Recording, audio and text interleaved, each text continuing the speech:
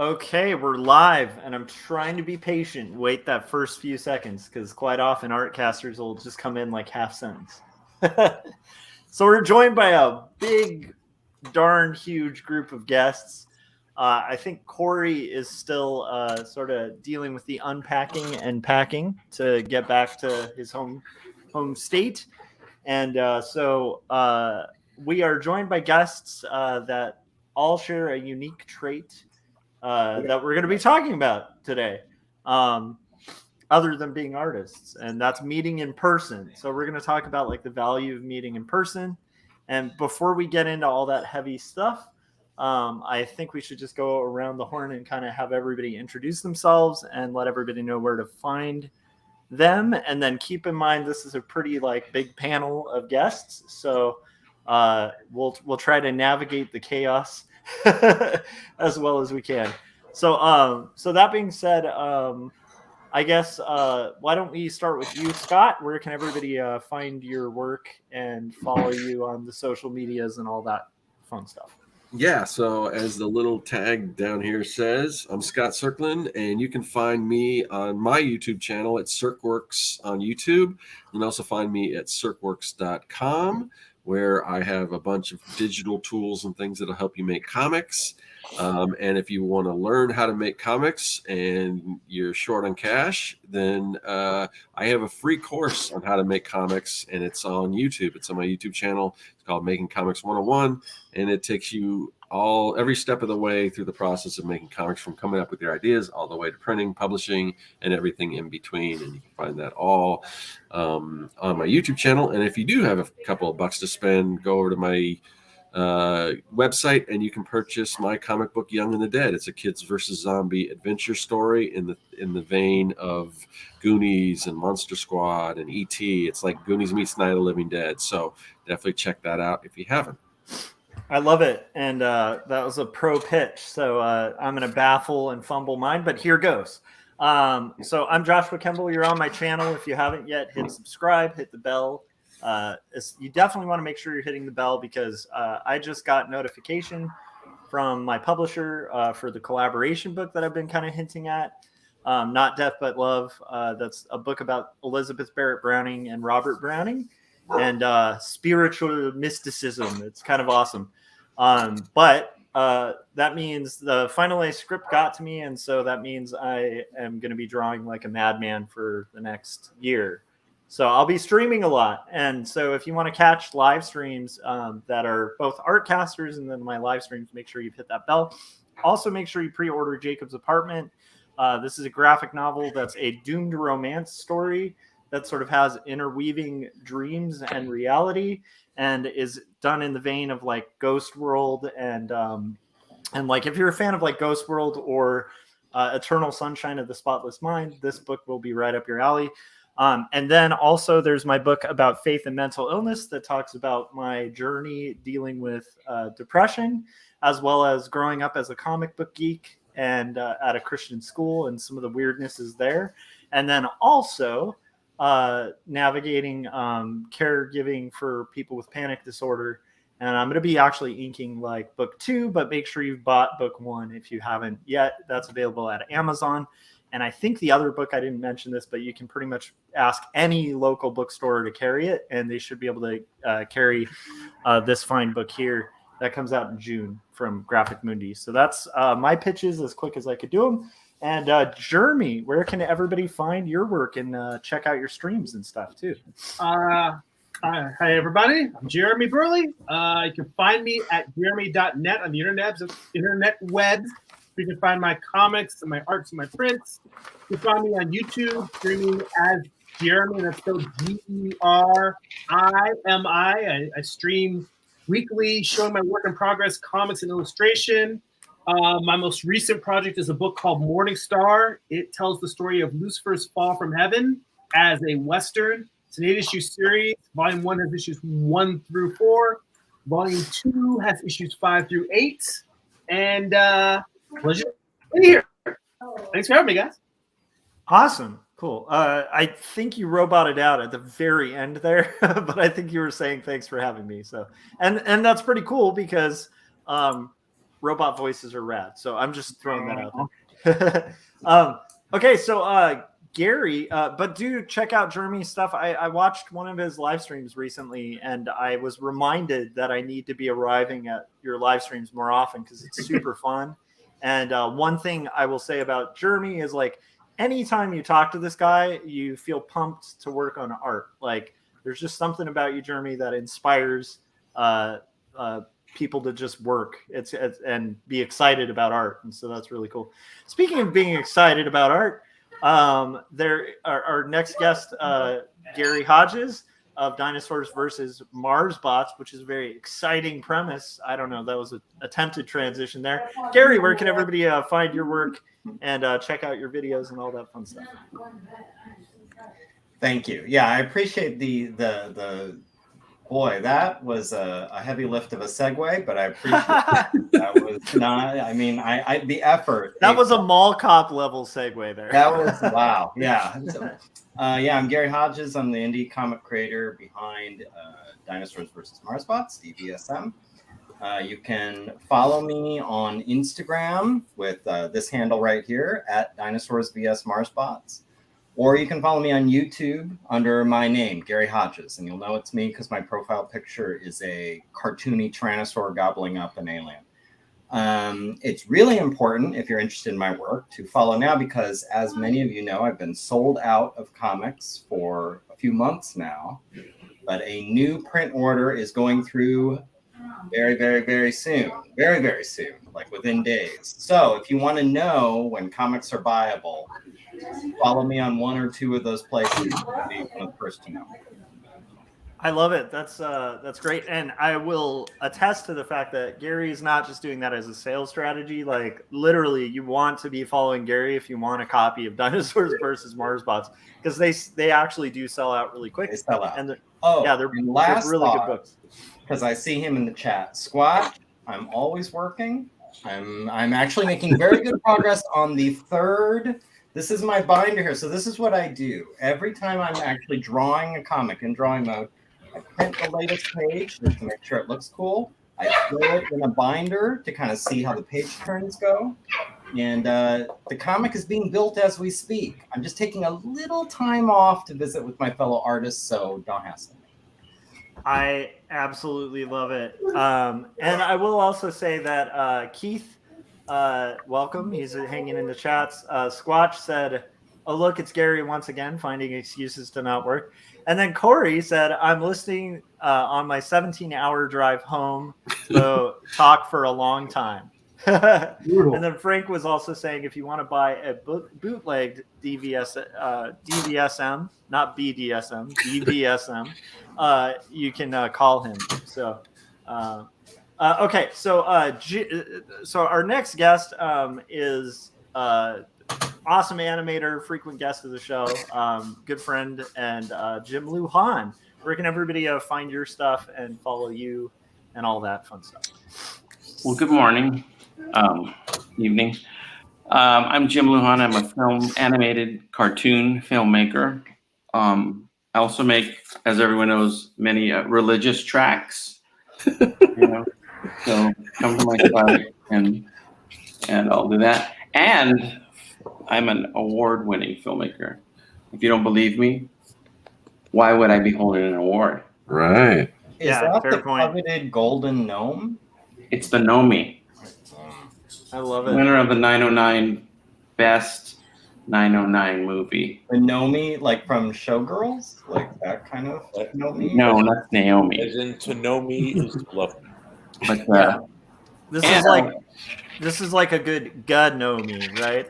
But Three- yeah, 3 out of 5 Artcasters have I've recruited to do voices for me. So That's I true. won't say which ones. The 2 that haven't yet will one day. It's in the law, and I'm going to turn it over to my good friend Ken Mora now. Tell us a little bit more about what's going on out there. Ken, how's the weather? The weather's great. I'm here in sunny Cambria, which is a feat because it's nighttime, but it's still sunny. Go figure. So, and I am the author of this glare-covered magazine. Here we go. Caravaggio, Light Before the Darkness, available at Amazon and your finer comic shops. And I'm proud to be nominated at the New Media Film Festival. They're also doing comics, graphic novels, web media, and I'll be there June 2nd in West LA at the Landmark Theaters, pitching my stuff and hoping for a win. And I'm currently reading, of course, Josh Campbell's Jacob's Apartment. Oh, nice. Yeah. So I really enjoyed the read. It's very very thoughtful. It is a philosophical, not hit you over the head questioning of his protagonist relationship, God, amongst personal crises and a relationship.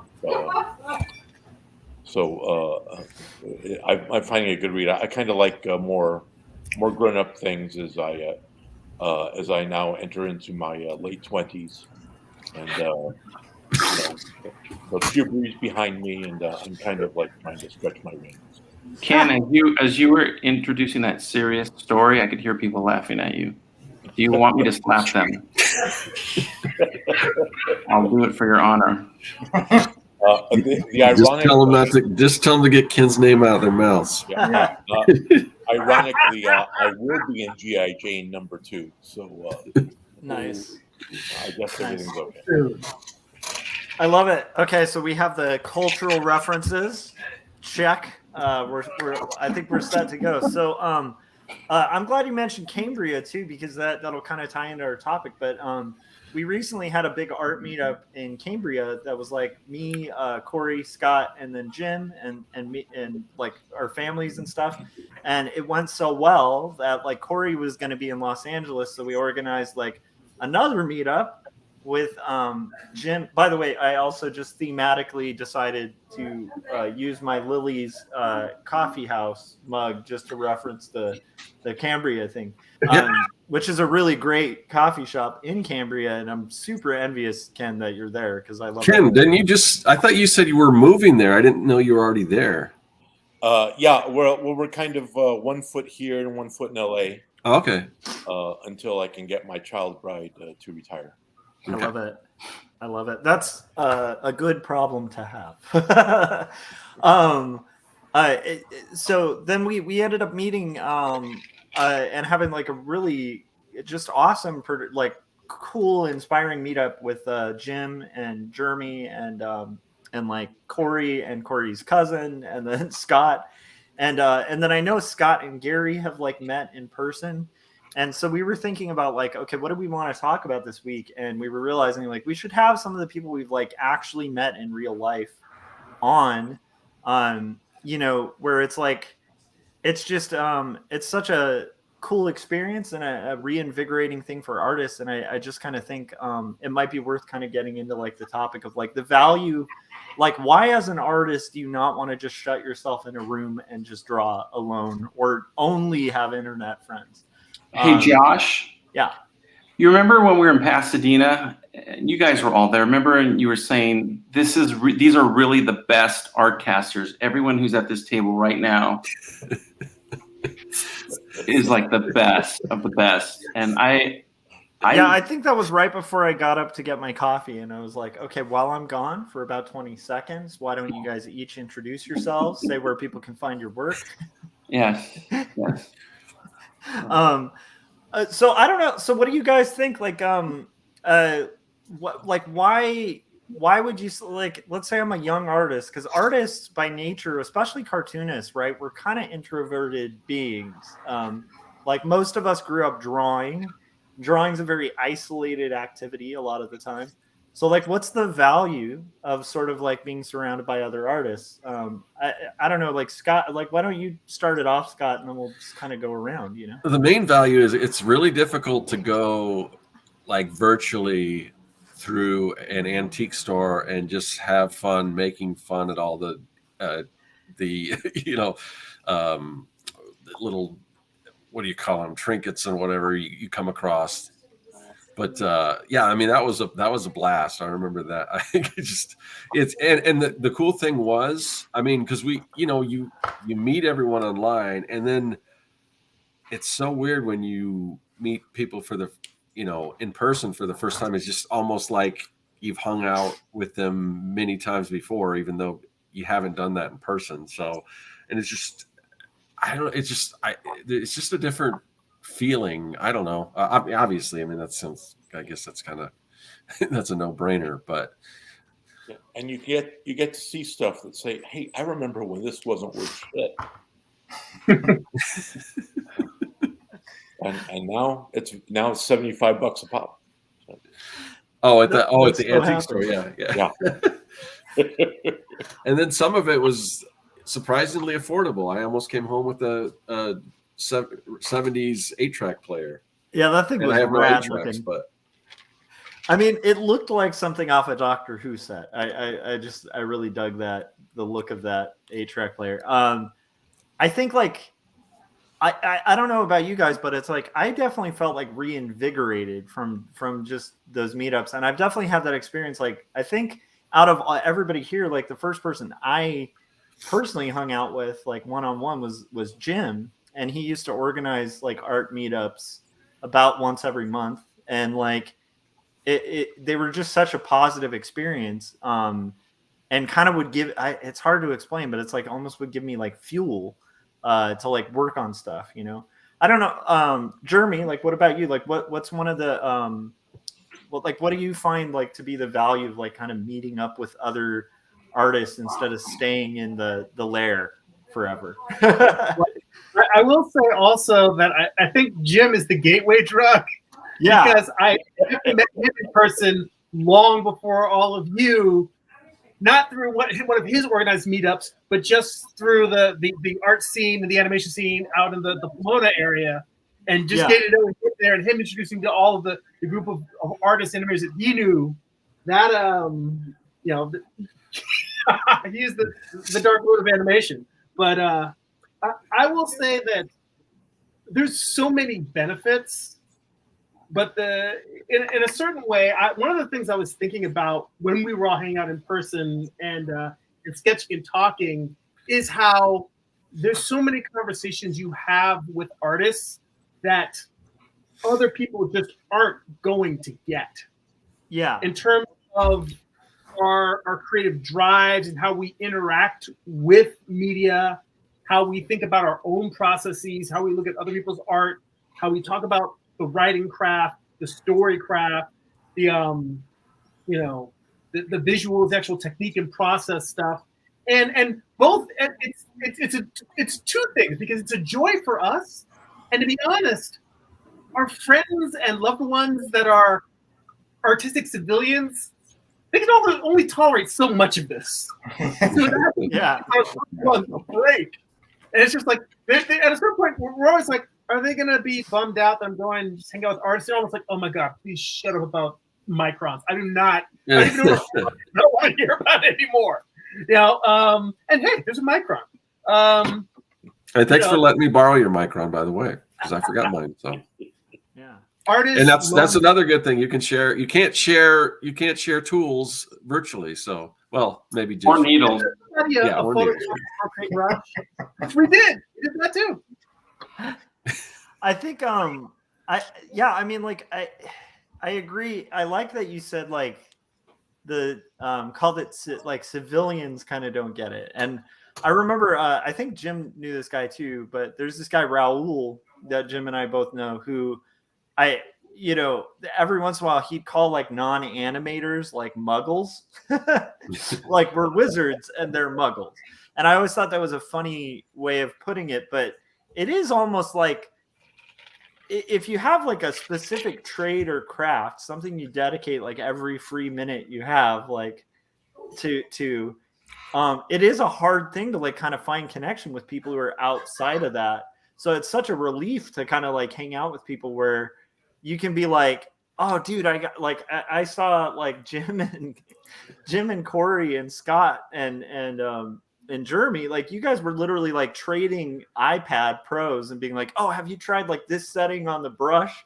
Like it's kind of like these moments where you get to kind of have like an insider's perspective and get some tips and like actually like it we had a long conversation just troubleshooting like some stuff I was thinking about for my live stream, like just because we all stream, and it's like I got, I felt excited about showing you guys the book more than I would most people because you guys know what goes into the books, so it's like I do think there's something to be said for like the fact that like I think there is like a camaraderie when you're all in the trenches and then you meet in person. It's also a benefit that none of you guys are like completely insane, which is helpful. Although we're all a little nuts, but and you don't know that until you meet them in person usually. Yeah, that's true. That is true. It's a little risky. It is a little bit, but I think that's also another that's actually another reason it's like good to meet in person, because it's like you can kind of figure out like these are my people, like which I think is really cool. And also, if you're really suspicious about somebody online, probably meet maybe at a convention or something, not in a one-on-one setting. Speaking of suspicious people, Gary, I'm just kidding. Gary, what is your thoughts about like kind of art meetups and like meeting up with other artists and like the value of that? Like, why shouldn't we just stay in our collective hobbit holes and draw? Well, I mean, first of all, I agree 100% with what both of you were saying. I think, people who maybe are taking a bunch of art classes in college or at an art school, or if they're maybe in like a graphic design department or something like that, it's easy to forget how rare and unusual creative is and how unlikely you are to cross paths with one otherwise. I mean, if it's you can think back to maybe how it was like in grade school for you, where you were like maybe the kid who could draw or the kid who could write or whatever, and you were like the kid, or maybe there was one other kid who could do that. So I think, as has been alluded, being a creative can be isolating, it can be lonely, and I think it's really, really important and valuable if you can find a community. And in terms of like in person, online relationships are fine, and some can be very, very good. I mean, I feel like Jim and I have talked on the phone a lot, and I feel like we know each other better than we actually do. Like, I was thinking the other day, he's a little bit like my Scarlett Johansson from that movie Her. He's a little bit this like voice, this wonderful voice, just saying soft things into my ear. Wait, actually, was this live? This isn't live yet, right? We're just no, we're off air. You can just Gary gave me a card and it said, "To my Scarlett Johansson." No, but I think while you can have sort of remote and like online friendships with people, I think generally speaking, you're only getting a kind of a thin slice of the full spectrum of the person there. And there is just something different. And I remembered it the first time, I talked to Scott in person or anybody else that you've talked to online, and then you meet them. There's some weird new parts of your brain that light up when you actually see them in front of you. And you actually see like, the space they take up, and you talk to them about normal things, and like what you guys were describing, going through an antique store and just having a something out of the format of the online relationship. It's at some point, I think the online relationship tops out, and it's good to have I didn't have any. Mikey and Macy. Well, for us, Gary, it was we met in person before we started interacting online. Yeah, I guess we did. Because I saw you at Comic-Con all the time. Yeah. So, Come on, babies. yeah. Come on, now next time. Yeah, and I feel like Okay, the thing that I found really strange, and I have found really strange, I also want to second Gerimi on this. Jim is totally a connector. Jim is like a guy who like I'll introduce him to a friend of mine, and before I know it, he's introduced my friend to like 50 other people that I already know. But Jim's like the guy who's like, you got to talk to so and so, like, because you guys have this thing in common, and I think that's a really cool thing about Jim. But I remember even going back to like when I think I first met Jim. We were doing like big illustration party time, like this podcast, and Jim came up to like Portland, and we met in person. And it was like the thing that was kind of strange about it is we knew a ton about each other. And so like hanging out was like completely comfortable and weird because it's like we're familiar with each other's backstory, but we like literally never met like in reality. Right.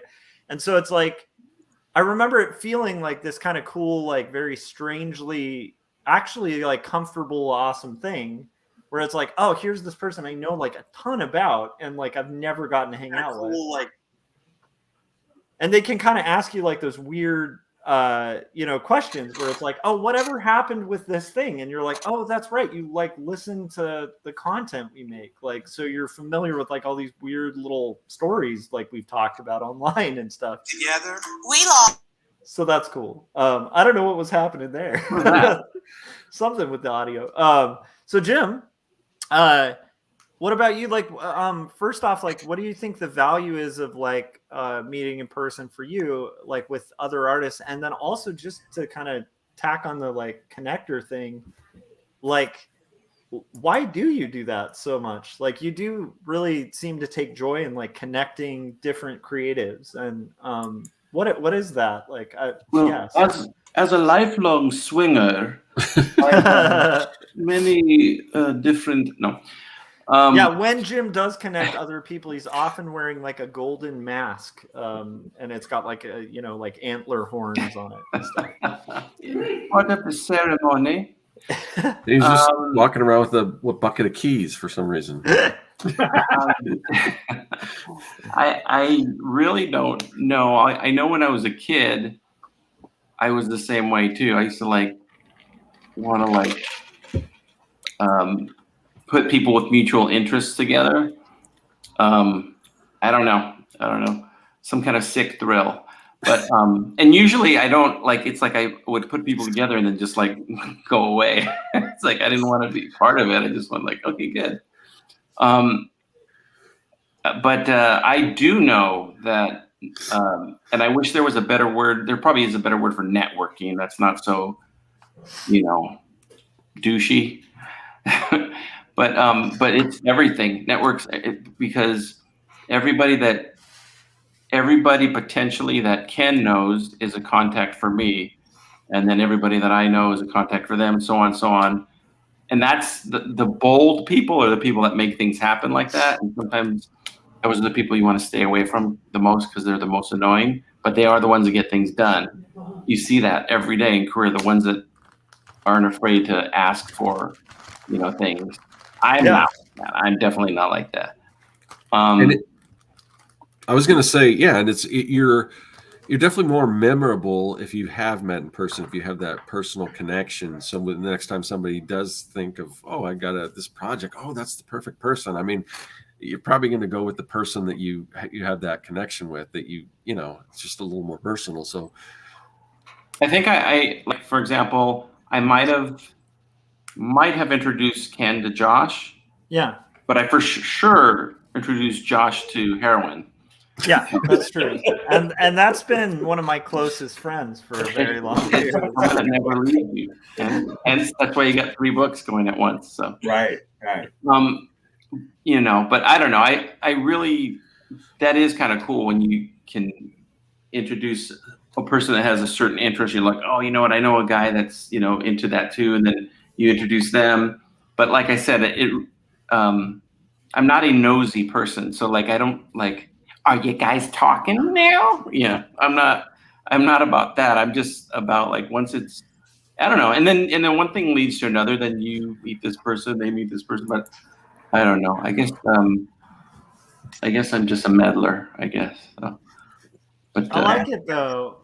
And I like that you mentioned networking. And I know like people always think of networking, at least if you're from LA, networking can be tedious and block friendships quite often, right? Where it's like you'll sometimes meet people and their only interest is networking. And it's like, but then there's organic networks that are just like what it was meant to be in the first place, which is like, I like hanging out with this guy, like I'm interested in what they're interested in. And then like organic things flow from that.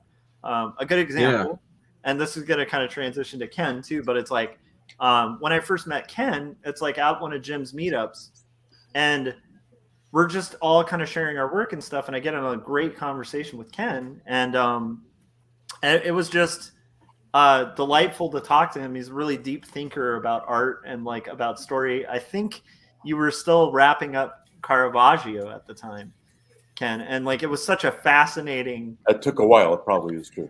Yeah, and it was just like such a fascinating story, and you were talking about like Caravaggio and the stuff you had researched, and like it was just exciting. And actually, from knowing you, that's where I knew to even look to Marcosia, right? Like, because you had signed to Marcosia, and I was like, I'm gonna pitch to Marcosia because of Ken. So, it's like, but yeah, Ken, like, what do you find to be like because you connect with a lot of artists as well. What do you kind of find to be like the benefit of that? And then also, yeah, I guess that's it. Yeah. Well, it's true, and it started like when I was doing film festivals for my animation. It's just like you dream kind of being discovered, and then after a few festivals, you realize that that's not going to happen. But what you do end up is meeting your energized peers, and they kind of give you the boost to keep doing what you're doing. By the way, Paul, I haven't figured out how to type in the comments section, but good to see you, and or good to hear your comment, and hope to see you when you come out in April. I like Jim. I always concentrate on introducing people to other people that they may have some synergy with, and it's a great thing to help somebody else who's doing the same kind of stuff you're doing. And when you introduce Jim to anybody, he instantly ends up doing a project with them. So, hey, by the way, I don't really ever try to introduce people. I don't try to oversell it like, Gerimi, you're going to love this guy. You're going to love. It's not really about that. It's more like we'll have a get together, and then this person happens to be there, and then they kind of find each other. Their eyes lock. And then, but because I've had people try to introduce me to like, oh, you're going to, or usually it's like, you'll love this guy's stuff. And they send it to me, and I'm like, who do you think I am? Why'd you do that? No, but, so I'm not like pushy about it, but I also wanted Josh also wanted to mention, you mentioned our get-togethers, like when we do that every month. Yeah. That actually indirectly comes from this guy right here, Ken Mora, because Ken, you introduced me to Alexia. Yes. Not the app, but the person. And she was making a film about Bill Plimpton at the time, and Ken was involved in that. And Alexia turned me on to this book called Never Eat Alone, which is a great book if you can find it. Never Eat Alone. It's got an orange cover. Yeah. It's about networking and so once you eat alone, they're impossible to amortize.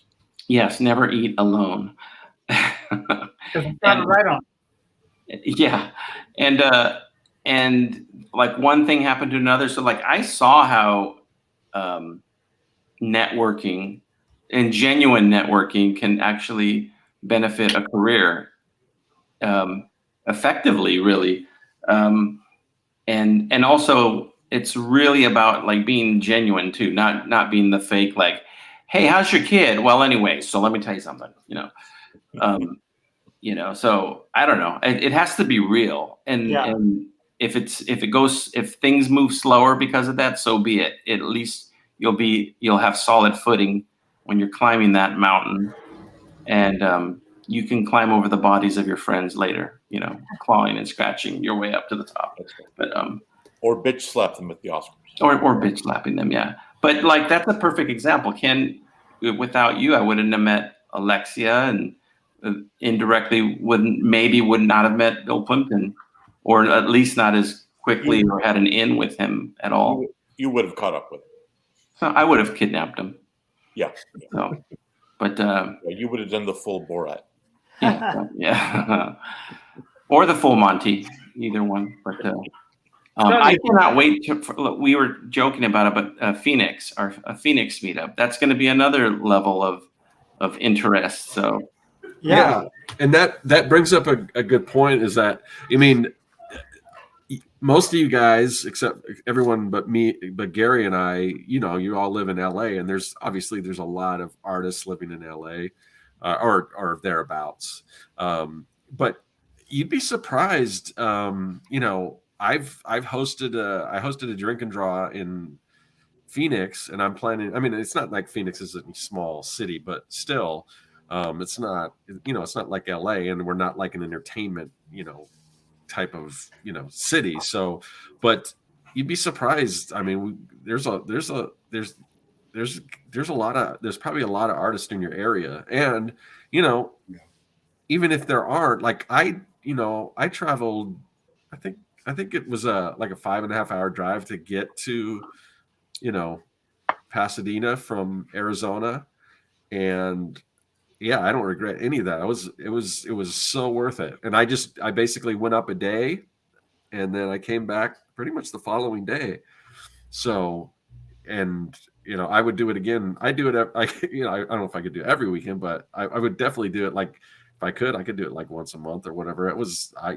I thought it was awesome. So, just find the people online who's closest to you, and is there an opportunity? Other people travel. If people are traveling, you can kind of figure out when you can get together, because, and we were talking about, Gary had other plans that he couldn't get away from, but we were talking about just taking a road trip down, both of us. That would have been really cool. But, when, Jim's talking about coming down, and I'm sure he can find somebody to kind of head over down here with him or whatever, and we can have like a meeting down here, get together down here. So yeah. Gary, can Gary tell us about all the things you're going to buy us when we're there? That's true. Yeah. I think it'd be better to leave it as a surprise. Nice. Just to get the excitement, surprise and enthusiasm, like to find out to see. Yeah. A surprise in Arizona. I know that trick. Only the Arizona people are really going to get that. This trip would be amazing. And I saw someone ask, it was Frank, whether there'll be a Phoenix Con meetup. That would be cool. I don't know. I mean, I'm going to attend the con. I'm not going to be tabling. But. Yeah. I'm going to go out there when there's no con, because I want all of your attention focused on me. Yeah. And my tears. Do you have a time? Do you have like a time in mind? Like in the middle of summer. When it's hottest. We're getting there. the only time I've said probably not. Probably you don't want to do that. So what's the last acceptable month weather-wise? Let me ask you that. Probably next month. May. Really? Yeah, May would probably be the last. Yeah. Maybe late May then. I'll try for late May. But even that's pushing it. Yeah, I know. And late May, I think that is around Comic-Con time, and also Free Comic Book Day is in May. Yeah, that's true. Yeah. Be busy on Saturday. Gary had mentioned something about a Groupon for colonoscopies. Maybe we could. You get a group rate. It's a buy one get one. It's not a coupon. So a couple of you guys need to pair up. They're couples ones. So you have to. I mean, I don't know. All right. Sounds like fun. Actually, colonics are all the rage in LA. Yeah, I'm getting all the glitters vibes here. I'm sure they are. Well, Sedona there are probably. coupons. I'm sure they're having a run on them. That's the opening line Ken always uses when he meets people. Colonics are all the rage in LA. In fact, I just happen to have a machine at my house. Yeah. It's just casually brought up. Speaking of colonics, they're like, wait, we weren't speaking of. No. So speaking of that, Josh, another thing too about the monthly get-togethers is the when we were all together in person in Pasadena, there's a weird sense of super friendly competition, and it's not competition. I wish there was another word, but it's like you get excited by seeing what other people are working on, and it makes you want to up your own game. Yes. So that's huge. Yeah. Jeremy gave me free brushes too, so I'm just saying it's worth it. You shared your brushes as well. It's a two-way street. It's not about game. It's about giving my fellow artists. Yes. I like that point though, because I think that and I'll be honest, like when I was younger, I was like very competitive as an artist, like probably toxically competitive at first. Because I think there is that natural drive where you want to be better and you kind of want to get to the point where you're the best. And you almost have to have like this maturing point where you realize like there is no possible way to be the best. Like you just can't. But there is something to be said for like the competitive but also inspired thing that happens where it's like Gerimi, like when we're sitting for coffee, it's like Ken's talking about his next project and Jeremy's talking about like the I don't want to give away a ton, just the Pandora thing. And and like how he's crafting this story and some of the things he's thinking about, right? And like Jim's talking about his next animation and showing us little sneak peeks of like what he's working on. And it's like Scott's like literally inking the next Young and the Dead cover. It's like we're all kind of, except for me, everybody was working on projects. And I'm just sketching in a sketchbook because I can't bring these giant pages into a coffee shop. But it's one of those things where there is like an energy that like I felt fueled for like the next few weeks. I was just like, okay, now I'm ready to rock. I have to also say, Gerimi, your cat is amazing. Yeah, that cat's adorable. That's great. Mm-hmm. This is Khaleesi. She's sitting here next to me like meow. Anytime I am live streaming, she usually wants some attention. Right. Yeah. So she's just sitting here and she was just looking at me and finally, all right, well, it was this, or I had my hand off screen and she was going to start biting. That's what she does if I don't pay attention to her. She will meow until I pet her and then just grab my hand and just start chewing on it. So I love it. And that's proper catting, like that's a very healthy cat. There is something about being around other creatives that, at least for me, I do find it sort of emboldening.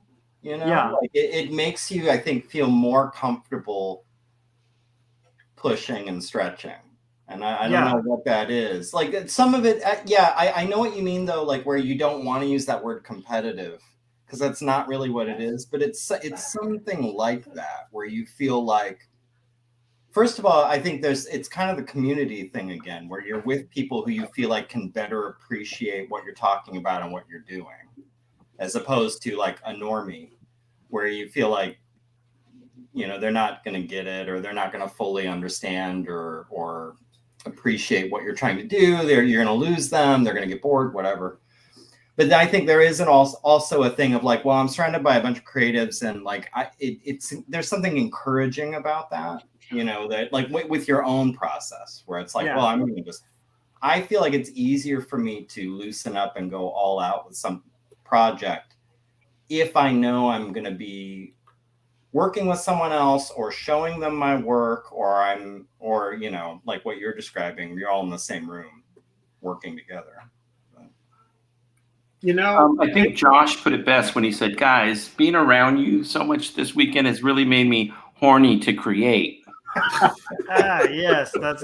I remember when you called me up and you said he just said this, and should I leave? Like, is that weird? It's weird. After that, I like texted some lewd photos to everybody too. But No, I do. I was gonna say, like, when you're talking about like stretching and expanding, you know, because like feeling like you can do that, I was like, I think that was the colonoscopy, but still,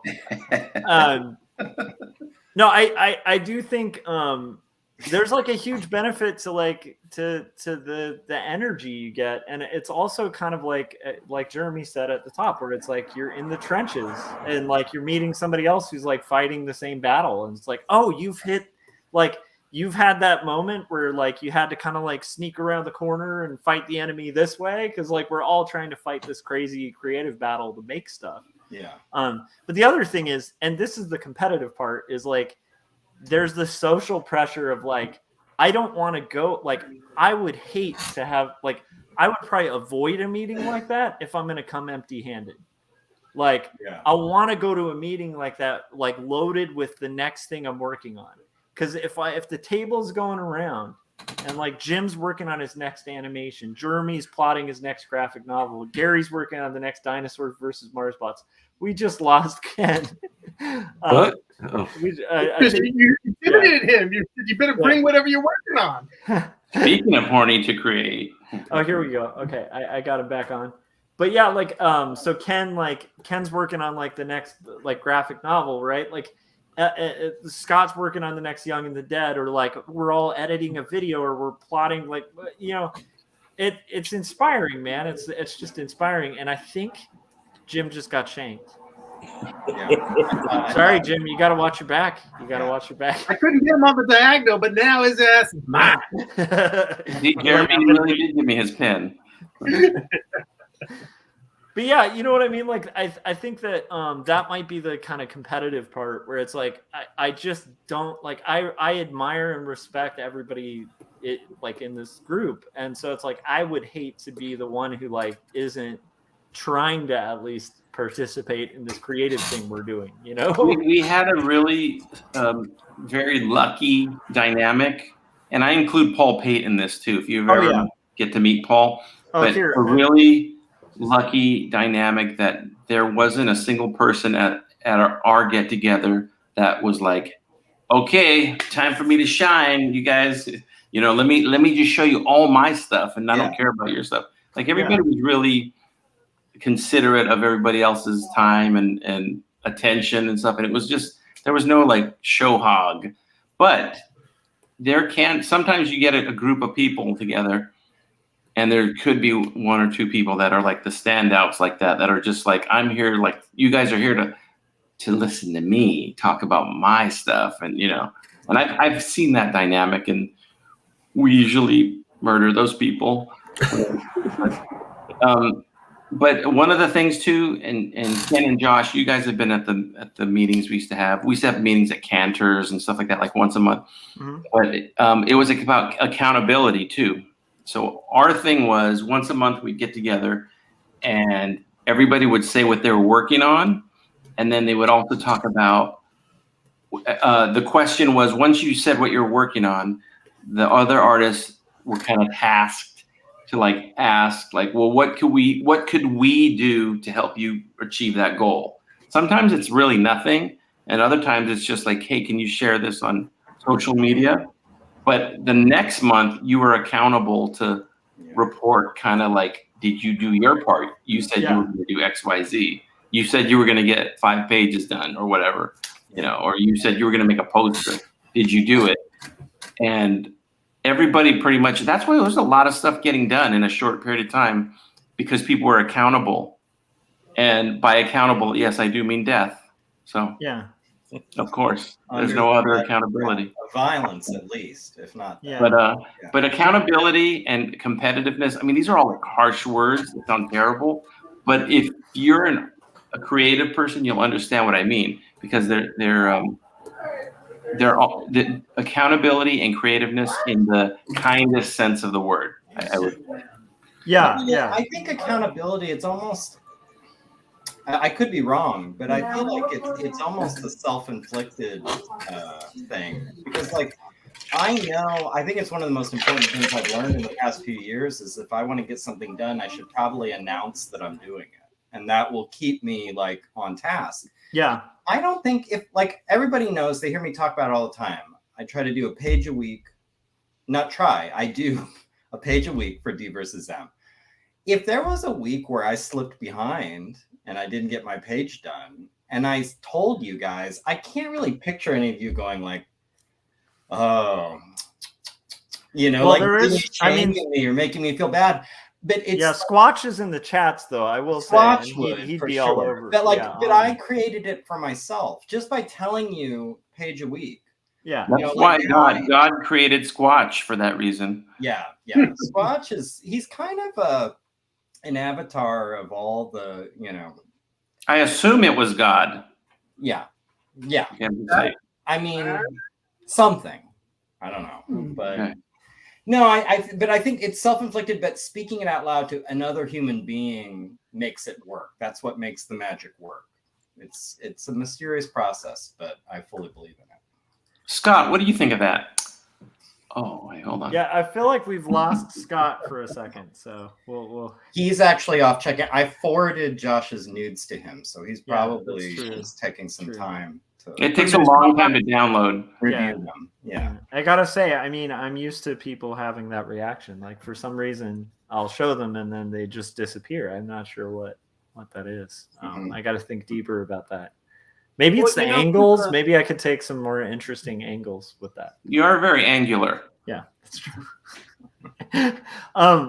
So like, what about like, He's back. So, oh, we got Scott back. I'm back. Okay.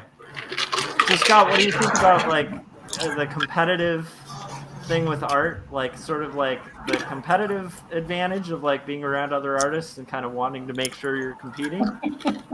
And then and also ice cubes. What do you think of those two things? So agree that it's important to be the best artist in any group, in any sense. Yeah, kind of like what Josh was saying back when I was in college and stuff, going to art school and everything. That's kind of what you're aspiring to be. But I don't know. I think you mentioned this too. But I think when you get together with a group of just awesome artists, it's really more inspiring than competition. Yeah. I mean, just because I mean, and that goes with online too. I mean, that's one of the reasons that I do my YouTube channel, is just to kind of give back. And when you have, and it's nice to have people that are like at your level or beyond your level that are giving to you, so, and you just pick up that, whether it's Gerimi sharing, how to create digital brushes in Procreate, or how to procreate in general. I mean, that was very useful. I think we all went home like, wow, I learned something today. So and you get to how is that? I want to say really quick, Corey, wake up, because he's driving. Oh yeah. Oh, that's right. Wake up, Corey Kerr. Open your eyes. Deer crossing. Yes. Also in the chat, they're saying really hurtful sexual things about Josh's nude pics. Yeah. Josh, don't look at the chat, whatever you do, please. Yeah, you guys be a little sensitive of my. And Keith Harper brings up a good point. Well, it's an interesting point. He says the terrible thing about art is that it doesn't. Let me sound out the word. It doesn't really exist without an audience, and that is true. The best place you can get, though, the best place as an artist that you can get is to create kind of without thinking about the audience. That's real comfort, and that's real confidence if you can do that. But also at the same time, the audience does motivate. So it's like you get into a zone, I think, where you're forgetting about the audience because you're in the midst of creating. But the audience, to me at least, the audience is the motivation, because you want to make stuff that's going to appeal to people, not just for the sake of creating. Gerimi, go ahead. Yeah, well, I was going to say that, when we started this off, Josh was talking about the fact that why is it a good idea to not just shut yourself in your studio and not interact? Why is it good to hang out and interact with other artists, creatives? I think that instinctually it is. There's a need to focus and go into kind of that state of deep work to do the creative process. And depending on what you're doing, like it is more challenging to, you can't really write in a group setting. Yeah. But what I find is when I'm hanging out with other artists, I can enter into that state even though I'm not isolating myself. And I think that's a very unique thing. Normally, with most things, I mean, except for musicians. I mean, if you saw like the Beatles Get Back documentary, it's like, yeah, they're hanging out, they're jamming together, they're kicking stuff around. Musicians have a more communal space. But when it comes to visual arts or literary arts, which comics are both, you tend to have to shut the world out so you can focus. Yeah. But I noticed that we're all hanging there and we're all creating and making things. And maybe it's just sketching, or making notes on stuff.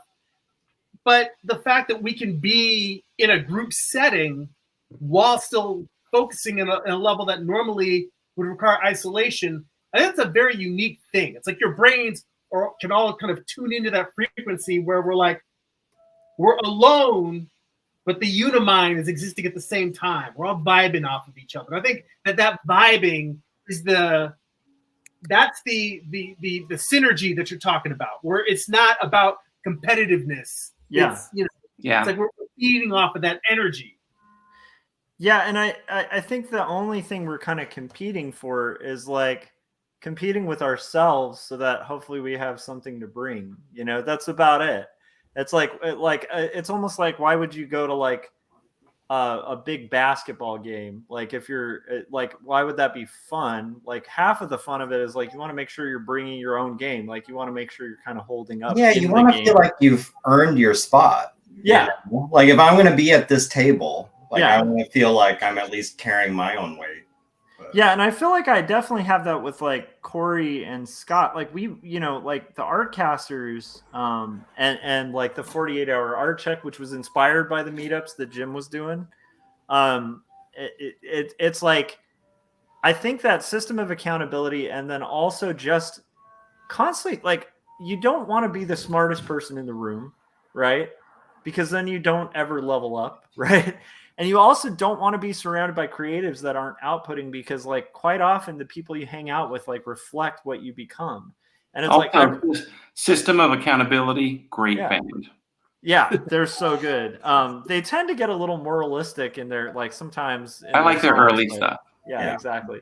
But yeah, I feel like I don't think I would have gotten the book deal. Like, it's potentially possible that I wouldn't have gotten the book deals I did if I wasn't doing Artcasters with like Scott and Corey, because like every time I'd feel like, I just don't feel like working on comics today.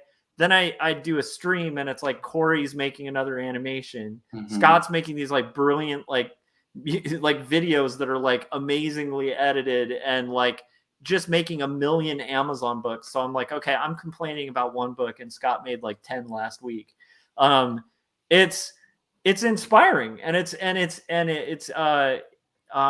what is it?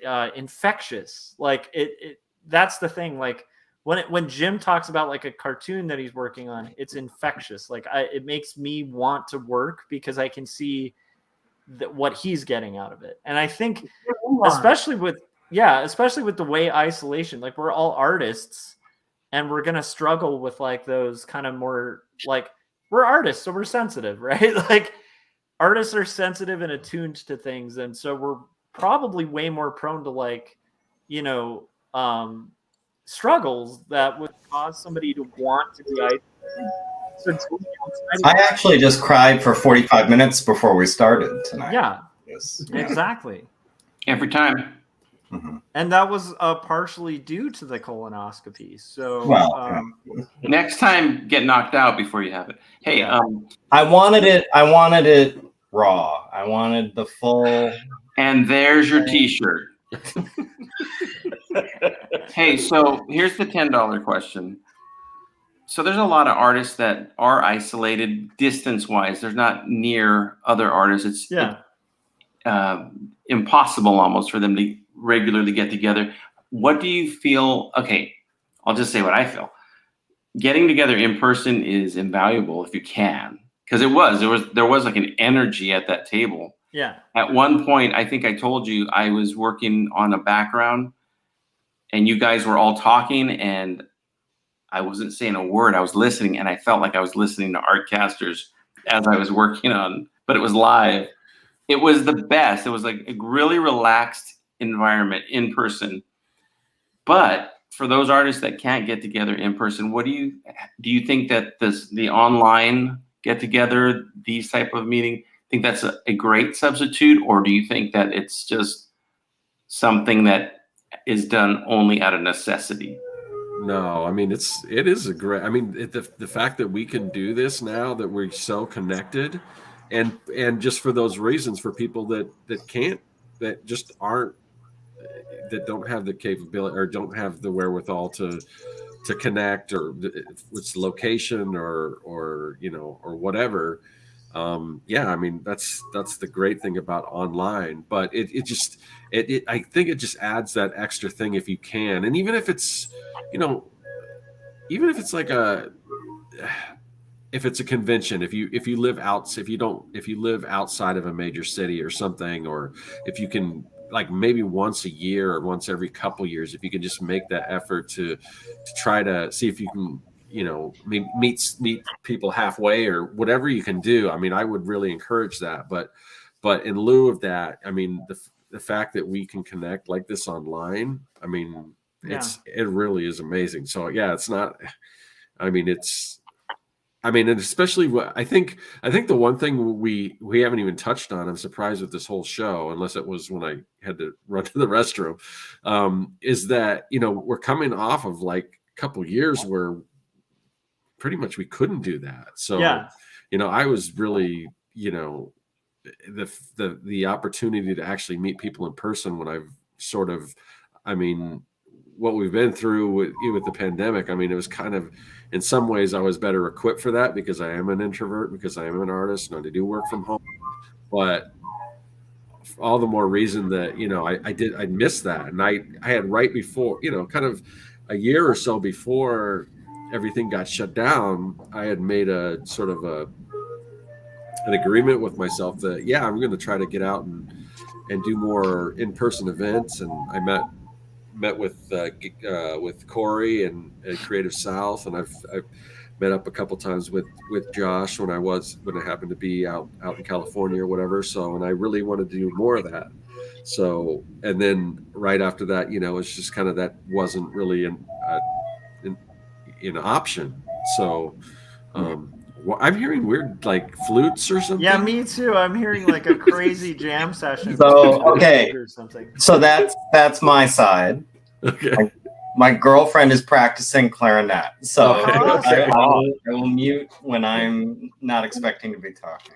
No, But that's I cool. think it's Gary, No worries. For the she's record. pretty proficient because So it almost I sounds like I saw Gary Hodges, and someone named Gary Hodges in the chat said that the online community definitely took the edge off COVID lockdowns. I mean, nice. And so to piggyback on what you were saying, like, I felt bad for people who maybe were able to telecommute, so they didn't have to go out there. They didn't have to be dealing with people, but it was lockdown, so they didn't feel comfortable going out in any other way. They weren't socializing as much and didn't have this sort of established community that we like. I think it made lockdowns, I have to admit, yes, I'm a bit of an introvert anyway, made it pretty painless for me. I didn't mind it all that much. I mean, I missed eating out, but that was about it.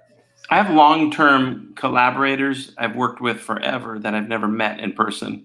Yeah. It's just through the web, you know, sending files back and forth on the other side of the country. I'm telling you, it was like, when you meet in person, it's a great touchstone. Because, like, for example, while you guys can read about it, my latest track called Breakfast with Circlin, there's a very important message at the end. Scott does something really bad, and he learns a lesson. So. Yeah, By the way, this track is called The Sissy. Is that like a legit chick tract? Dude, would I have non-legit tracks? Oh my gosh, I want these, Jim. I want these. That's so funny. That's I actually want to If see. you bring me a chick track, I will buy you the best authentic street taco in Phoenix. When You come. make it a burrito, and we'll have a deal. I'll bring you Okay. two. We need to have a chick track contest. We each make our own and see. I was just thinking that. Yeah, I'd love to see everybody's take on that. I would I win. love that extreme idea of you can making make a it. chick track. So I have no idea what a chick track is. It's the bad comics that, like, you know how, like, when you're a kid you'd go to like a rock show or something and there's like this strange person with a megaphone yelling at people saying you're all going to hell, and they're handing out a little booklet that's like a comic. okay. And then the comic is usually like, Susan was really into drugs and her parents kept telling her, if you go to those places, like, and Susan disregarded her parents' advice and turned against the Lord. And now Susan's burning in hell. And then it'd be like, repent. Joshua, Sign Jack Chick. you're talking like a Philistine, bro. Yeah, that's true. Describe the word Jack Chick. unironically, just a little side note, I unironically really like chick tracks. Like No, I think there's a and there's there's a a brilliance to them. Mexican restaurant up the street from me that so unwisely, I don't know how they made a deal with the chick track company or something, but they just got them a table full of them. And guess what? I partake in them. Can I take 10? Okay. But I genuinely like chick tracks. I think they're very entertaining, and I like how they all end horribly. I was going to say, don't you isn't it the fact that you can kind of predict the ending so much? Isn't that? Don't you wish there'd be a little There's more rarely a surprise? big twist. Like there could be a chick track about Penelope, the kitten wrangler, and she raises kittens, and all the kittens are going to burn in a pet shop fire at the end. Like, you just know it. So there is a unique thing to, like, the quality of the writing and there's just something very, like, as a cartoonist, I think there is like a strange voice to it that's very authentically unique to that one cartoonist that, like, you're just not going to find anywhere else. They are really interesting. I mean, they're like, I have to say, there's something funny. Even the format of it, it's like its own. Like, I don't think there's a lot of cartoonists that have like their own kind of self-authored format like that. But yeah, they're that's a whole nother episode we got to do one day. We got to do a Jack Chicks episode. I'll guest on that one. But, Yeah, well, I would like to maybe- guess too. It would give me an excuse to maybe get some, but Yeah, that's true. I love that. I want that Dungeons and Dragons one. That was always my favorite. The girl who Oh, got yeah. really into it, and her parents tried to get her to stop, so I think she like killed her dad or something. I don't know. Yeah. why don't they have chick tracks at Chick-fil-A? I don't understand. That's a marriage made in heaven, literally. I was gonna say that I could actually see that collaboration happening. That's a little too on the nose. And I don't know if you guys know this, but Jeremy's book is it's just a chick track collected. It's really not the story of Western. You do. Yeah. I mean, you do have something in common with your books. I mean, there's definitely a lot of images of hell in your books. So By the way, and one more tangent, and I promise no more. Jeremy, there's an old folks home not too far from where I live, and it's called Morning Star. And I was like, did they Google that like before they named it that? That was my son's karate studio. Was Morningstar too. Oh, really? Yeah. Well, they use the power of evil to defeat their opponent. That's true. It's because all the people in there are going to burn in hell. Yeah, that's You need to read actually some chick tracks. Scott. spoiler alert, you guys. Spoiler alert. How Jeremy's comic ends is like everyone burns in hell, and then it says, if you would like to give your life to the Lord, like it just links to like 5 different. I have That's one sneak interactive peek challenge into to it. everybody in the chat right now, and I want you guys to name, what would the story name be for Scott's son's karate school story if they were in a chick track? Ooh, I love can't that. think of any puns, so sorry. So just talk amongst yourselves. I feel All right, like back the to the Karate topic. Studio should be in surprise and then have somebody getting like punched in the nuts and it just says surprise. I don't know. Anyhow. So this is exactly what happens when artists get together in person. This is a perfect example. I derailed the show on purpose to teach all of you out there a lesson. Oh my goodness, how meta. When artists get together, nonsense happens. Yeah. And if you're not careful, you will burn in hell too. When artists get together, nonsense just happens to you alone. That's true. If I'm by myself, it's the same thing. Happens in the car, in the shower, once on the toilet. I will say this, like, just chiming in on what you were saying, Jim, earlier about like sort of the idea of like if online meeting is like a good replacement. I totally think it is, like, and that's what makes the meetup so fun is like I like Scott and Corey are probably like two of my closest friends, and it's like we literally hadn't met in person for like years, you know, and it's just an organic, awesome friendship that's mostly online. However, I would say like for people out there who like their only interactions like with other creatives are like isolated, I don't know, like make friends with people who play music or make friends with other people like trying to do something that's outside of just like going home and being like, you know, buying the next thing or watching the next thing. And that's all they frame their lives around. Because again, you kind of are going to soak up like the people you know, interact with in person. So I think I can't envision a lot of scenarios where somebody would be like, unless they're like, I don't know, like living in the North Pole or something. Like, I feel like you're going to have some interactions with some human beings. And so like, yeah, seek out creatives, go to like a local gig and talk to people who make music, you know? I do think or any grade school at recess time. Yeah, every time every single time I've met my online friends, it's so weird. Chris Hansen's always there. I'm sorry, Gary. What were you gonna say? Now I don't even know if I remember. I'm appalled. No, I was gonna say. I think it's surprising how much you have in common with other creatives, even if they're in a totally different field. Yeah, and I've seen that over and over again. And something I think I've talked about in past shows is I had a job where I was a supervisor on a graphic design team, but the team had all sorts of different kinds of creatives. We had photographers and we had graphic designers. We had people who were topography nerds. We had people who were more traditional. There was a fashion model. You just had all these different kind of musicians, everything.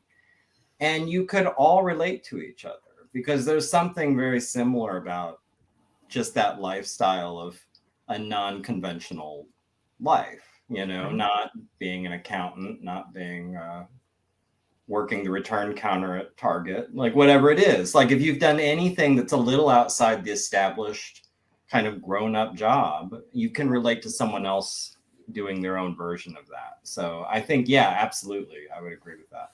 And creativity is creativity too. If you, I mean, you could be a cook and be a really creative cook, and you can deal with somebody that's creative in another field. By the way, I don't know if you guys want to show some of the chat. They're coming up with some killer dealer names for the for the chick track for the karate school. I love it. We got to share some of those. Oh my gosh. Slap happy, how karate leads to hell. Karate cults from hell. I like hell. that one there. Karate cults from hell is hilarious. Oh my gosh. I told you.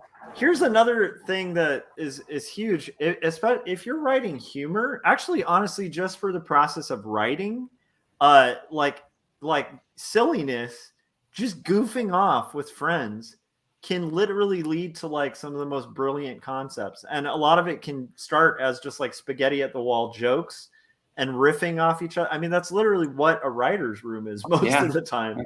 It's like a bunch of funny people just kind of hanging out. So, you know, we do the equivalent of that just as a bunch of unfunny people, except for Jim. I'm just kidding.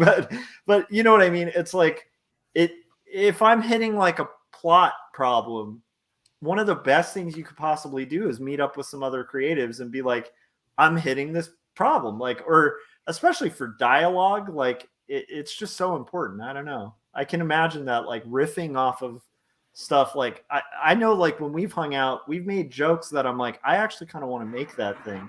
Half the time I'm not going to, but who knows what, like, you're storing that'll become like fuel for the next thing you're working on, you know? I don't know. I think that's really worth it as well. All right, so we're at like about an hour and 15. If you guys want to go longer, we can, because I'm enjoying it. But also, I know we all have crazy schedules, so I don't know. Do you guys want to start getting towards wrapping, or do you guys want to go a little Wrapping? longer? Well, last time I went long, I got intercepted, so I have bad memories of that. I love it. I do want to hear some Brevian rap, but I don't want to put you on the spot, Jim. But I do feel like at some point, because we were having a conversation about nonsense languages, Gary and I and like Scott, about like nonsense languages where it sounds like a language, and it reminded me of Brevian. You got to pay money for that. That's right. I like that. That's a good point. All right, so I don't know. Do you guys want to? Did we kind of touch on everything? Is there anything we missed on this topic, like that? You know, I don't know. What do you think, Scott? I was going to ask everyone else. Yeah. Yeah. We got people to help their bodies. Yeah. What was that? Jim, are you bringing back Fake Explosion? Bless you, Ken Mora, for asking that question. Yes, I will bring back the Fake Explosion. The Fake Explosion is my radio podcast show where I play all my fake bands. So good. Yeah, I was listening to all the because you posted the different like albums kind of on YouTube. I listened to all of them. Yeah, is there still stuff on there? Did you put everything up there, or do you still have stuff you haven't released? Will there be a Fake Explosion? Scott. Scott. No. There's I have hundreds and hundreds and hundreds of songs from the years. Cool. Yeah. I was doing music before I was ever even doing animation. So yeah. So check that out. If you go to jimlujan.com. Give me a bouncy C. Yeah, because are we doing there's a lot of stuff that promoting our stuff or something? Or? Oh, I don't. Are we? Are we doing what? Are we already going around promoting our stuff? We can. It's up to you guys. Like I don't know. I feel like we've gone a good like hour, so we can wrap it. But again, I also I'm in that weird position where like I'm probably going to be up till like 2 a.m. So if you guys allow me, I'll literally keep you on till 2. So I was trying to allow an out for anyone who might want to. I can go, Josh. I can go till the top of the hour if you're okay with that. All right, let's do top of the morning. Top of the hour sounds good. Is everybody else cool with that too? I think I'm going to have to cut out because I have to take my dogs to pee. Oh, well, in that case, Ken, before you do that, let everybody know, like, we want to at least plug your stuff. We'll plug it again at the back end of it, much like a colonoscopy. But Ken, where can everybody find your work? And I will just highly endorse Ken's Caravaggio, A Light Before the Darkness. You guys should check it out. I'm not just saying that because I know Ken, because like I bought it and read it, and I was not disappointed. It's an amazing piece of work, and you would think half of it's fiction, and it's not. Like, that's the crazy part. Like, the stuff you think is fiction. So, Ken, where can people buy that and check out the rest of your work as well? Okay, well, so this is a little sample of what's of all the goodness that's inside. It looks surprisingly like a comic book when you put it on the screen. So, anyway. And that's so you can get that at Amazon. It's a long title. You know, you don't. I was thinking kind of Lust for Life, Cyrano de Bergerac, but short titles are best. So, because if you're searching at Amazon, it's tough. But just put Caravaggio manga, and it'll come up in the search real quick. Caravaggio Fury Road. There we go. But not racehorse, because that'll get you something entirely different.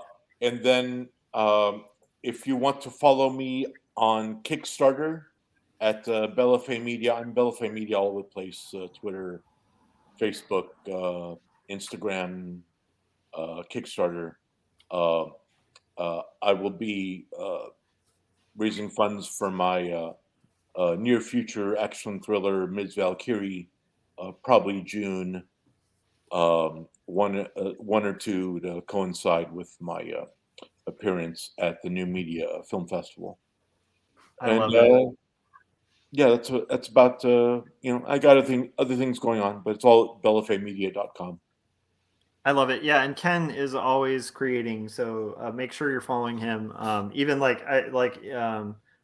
there's talk of some potential Magnum Farce stuff coming up, so it's you want to be following Ken. He's going to be making great work, and yeah. I want Bella Fay Media to get in business with the Bella twins, and then I'm in.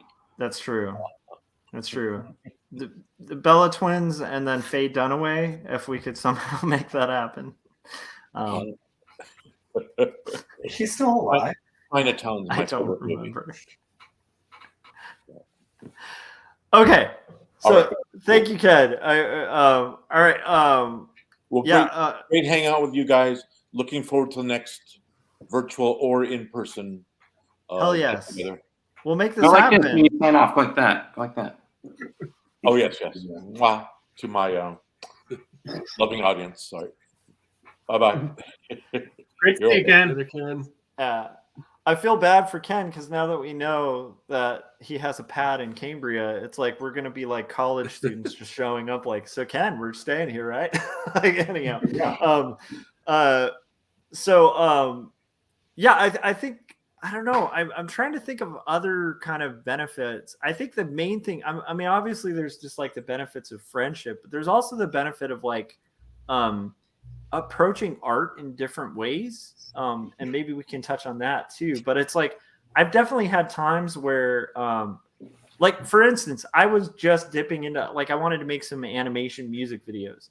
And just doing Hangouts with Corey gave me entirely different perspectives on how to like put things together. And I probably wouldn't have even thought to use like After Effects without Corey, like kind of being someone I hang out with. I feel like that's something that's a big benefit too, you know? If you ask Corey for help, you better be ready to be helped. Yeah.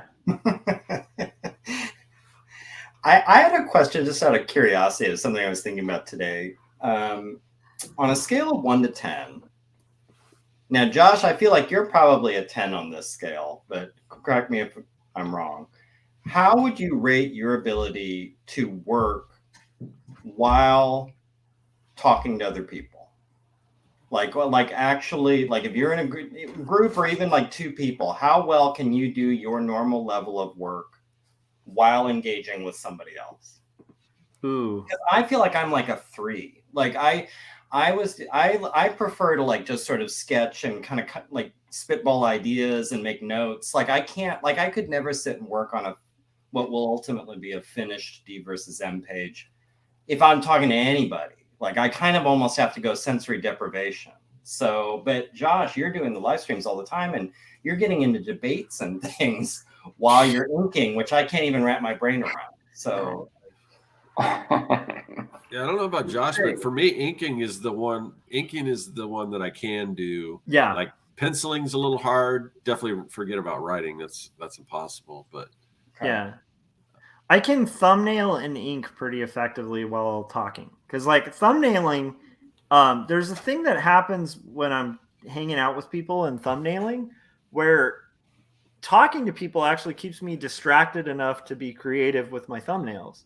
Like, because there is this tendency that people have with thumbnails, and I know I'm sure you guys have like had that, but like, or like overcome it. But it's like I have a tendency to get really tight and too kind of constricted with my thumbnails. And like something about hanging out with people when I'm thumbnailing from a script or something, it keeps me kind of in like that weird, loose, like fluid, not too focused creative space. Penciling, I just can't. I can't like hang out and talk to people. I need to be like in the zone, focused. Inking is the ultimate, like just like Scott said, like that for me, inking is the hangout time. Like inking's party time for me, with art, you know. I don't know, Gerimi, like you do live streams too and talk a lot while you're doing art. Did that come naturally? Is that something, you know, are there different, and writing, by the way, I think anyone who could write a script or dialogue when talking is like some kind of alien species that's going to appear in the next DVSM. Not necessarily. I think if you're really good with dialogue, I mean, they say one of the things to do with your writing when you're doing a dialogue pass is to read it out loud, just hear how it sounds coming out of the mouth. I've never tried this, but it might. And honestly, I think I'm too self-conscious about the writing process to do it. I think for somebody who's practiced at it and doesn't mind sharing the missteps of writing, could just sit there and just be speaking dialogue, spontaneously and just like extemporaneously. That's the word I was looking for. Extemporaneously coming up with dialogue, just putting words in characters' mouths and saying, "Oh, they do this and they do that." Much like you would do improv when you're just joking around and messing around. I think in theory, you could write a book on a live stream. It's just a matter of you've written this thing and it's out there as it's being created. That I think is the weird part, because everything needs to be shaped and refined. But in terms of the actual question that you asked, because I love to avoid questions on that, it did not come naturally. I'd say that I built up to it because for years I was doing the time-lapse videos where I would just record myself drawing, and then later on I would record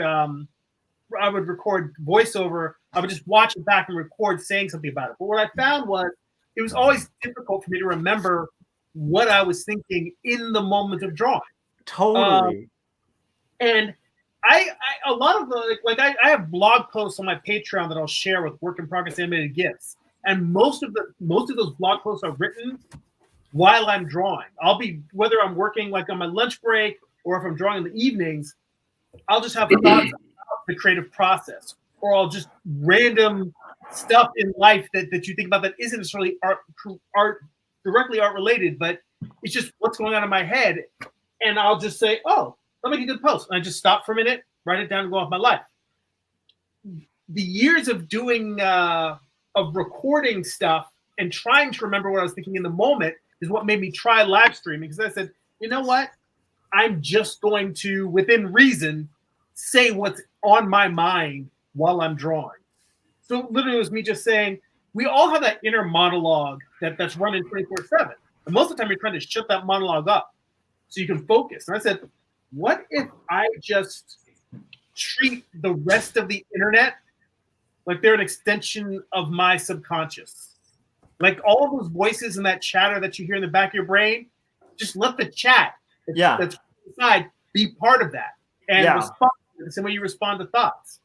So, I mean, I can pencil while live streaming. I can pencil, ink, and thumbnail. All while talking to other people, whether live stream or in person. But what I do find, like for instance, this whole time we've been talking, I've been drawing. But when I'm listening to people and then just responding with a simple yeah, no, or yeah, I think that's cool, then I can keep drawing. When you ask me something that requires some genuine thought and contemplation, like that question, I stop drawing, I go on a blah, blah, blah rant, and then I wrap up the rant, and then I keep drawing. Yeah, that's a good point.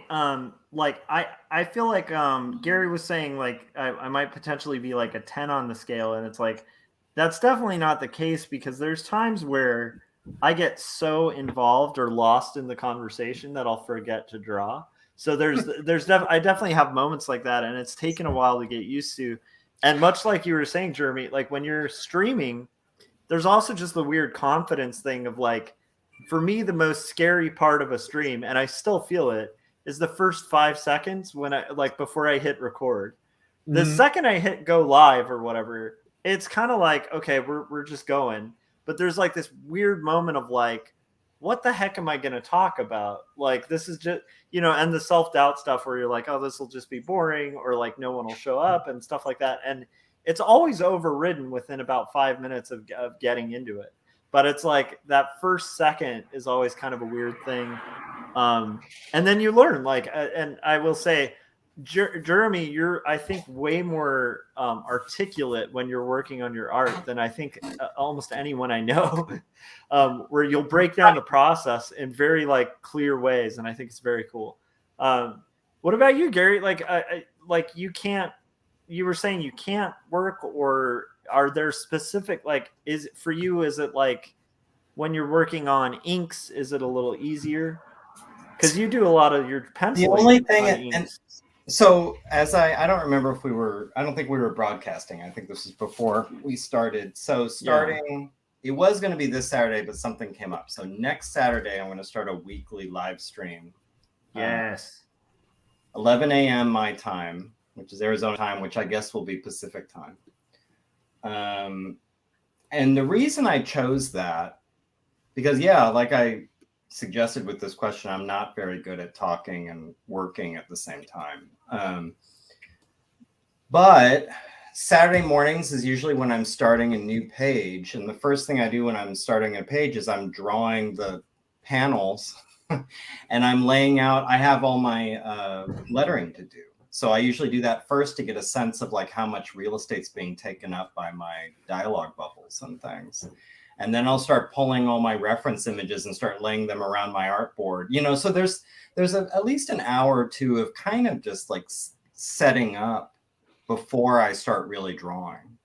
And I thought, well, that would be the perfect time to kind of go live and talk about like, so this is the page I'm working on this week. If I had a topic in mind, I could throw it out there. If someone pops into the chat, we can talk a little bit, like whatever. It'd be very unstructured.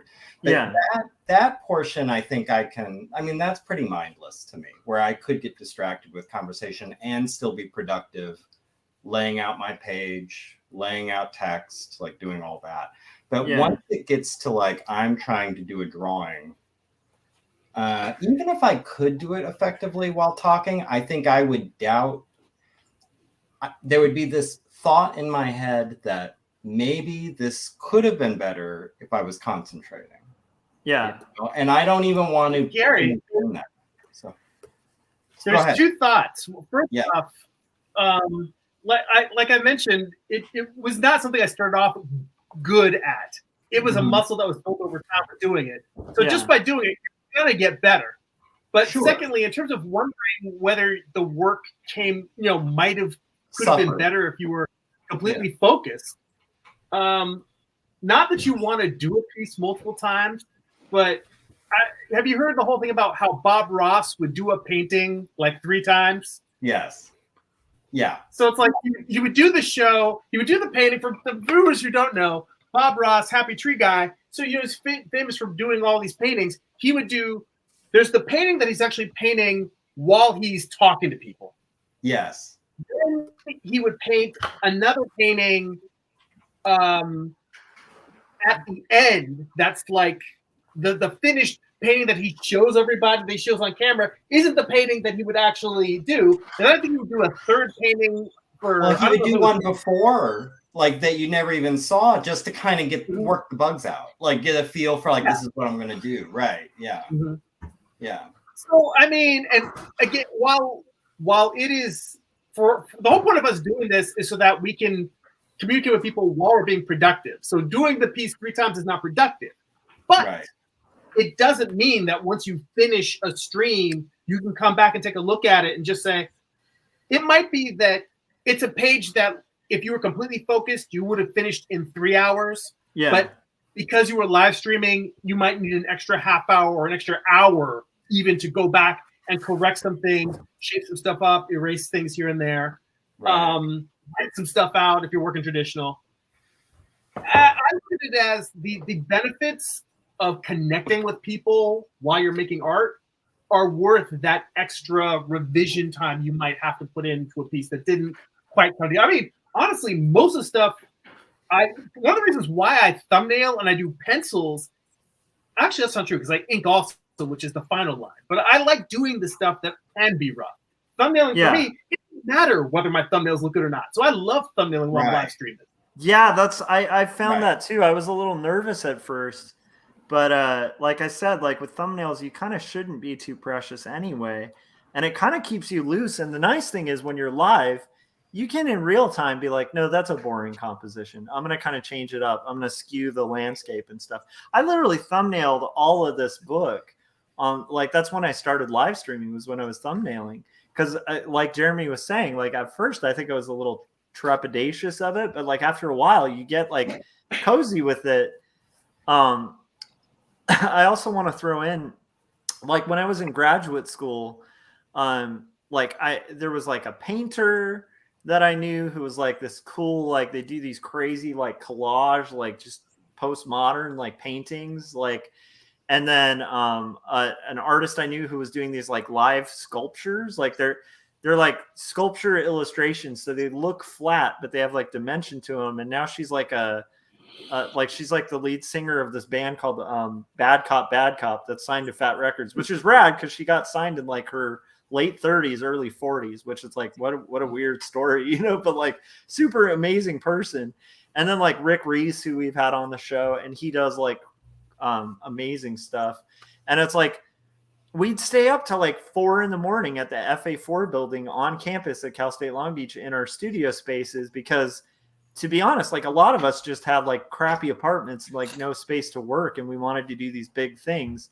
Yeah. But there was this energy, like much like we were talking, I guess this can tie into the topic, but it's like there was this energy you'd feed off each other, and it became like a bullpen where you're actually more productive. And what I found, like that I think Jeremy's kind of touching on too, is like at first it might slow you down, but like in a weird way, like for me, it pushes me further. Like if I'm doing a weird late night live stream till like 2 a.m. or something, it pushes me that extra hour to finish maybe a panel more than I would have before, because I'm in like my brain isn't just focused on like, okay, now I'm like tired. Now I'm not feeling it. You know, it kind of, I think I've just developed the different muscles, because what I can do in a group, and I did it when like I went to Scott's drink and draw. Like I can sit and kind of concept design. Yeah. Like I can sit and like just doodle and come up with like maybe something like this, and kind of refine ideas and kind of generate a lot of ideas.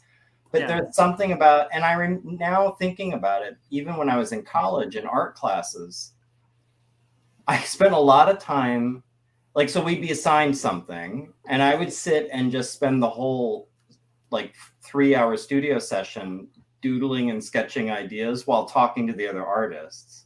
Yep. And then I would go home and sit at my kitchen table all night and draw, you know, like in isolation. So there's an element of like when I'm in the loose stage and the kind of idea generating stage and the kind of play stage. Yep. Then I can be around creatives and hearing like, you know, crosstalk and engaging. But as soon as I was like, okay, this is the thing, and now we're doing it, we're working now. Again, it's like going into a cave. Like it's like I can't deal with, you know, distractions. Fellas, we've reached the top of the hour. Oh, that's true. Jim, so why don't you have the last word on this? Okay. And you guys don't have to go. I'm going to go, but you guys don't have to go. I am very good at drawing and engaging with people. I've developed that muscle in grammar school, drawing silly pictures and having friends leaning over their shoulders and stuff. But when it comes to working on my cartoons, it's not that I can't do it. It's just I get distracted because we start talking, and then the work's over here, and I'm like, But like I said, that day that you guys were talking, and I was just listening, I got a lot done at that table. So it's not the fact that being around people. It's more like when there's a conversation, I usually have something really intelligent to interject. So then I feel like I must engage. One more thing I was going to say too, I just realized this. We were talking earlier. I think I've known Jeremy the longest because I met you before Josh. Ooh. Yeah. So I don't want you to be jealous or nothing, Josh, but I'm totally jealous. Yeah. We're gonna have a knockdown, drag out fight. No, it's funny. Here's the thing, also that's great about like creatives and stuff, and talking about like physical meetups and stuff. The first time I met Gerimi, it's like he works somewhere that I've had like 4 friends work at.